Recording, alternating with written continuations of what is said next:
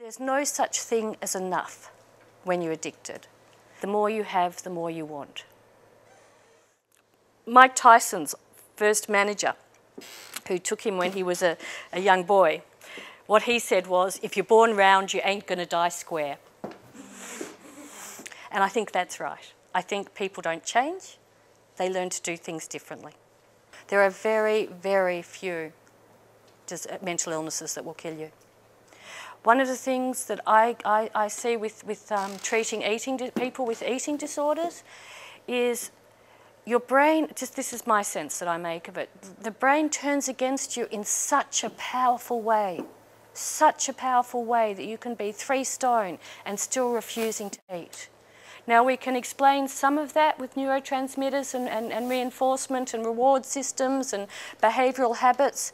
There is something else, I'm sure, that we don't know, because it is incredibly powerful and, to me, really mysterious. Because the people experiencing it don't want to die, yet they can't save themselves.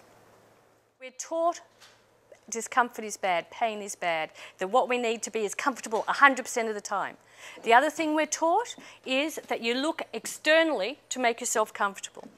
You reach for paracetamol when you've got a headache, when you've got a fever. Think about what a fever does. A fever's there to kill the virus in your body, yet what we do is lower it because we're not comfortable. I'm interested in that. I don't actually think pain is bad. I think that's a really strong message we get from society. I have such a strong, I can't convey it enough to people, that when you're when you're struggling with an addiction, you're in a life and death battle. That this is a war of attrition. People die. And I think that's really the thing that I just so want to convey to people. I had a lovely gentleman in his 50s, and I just if you reach for the bottle, you're reaching for your death, is what I said to him, because that's my absolute firm belief. People die with these conditions. And you know, we started by saying there aren't many mental disorders that we treat that kill people.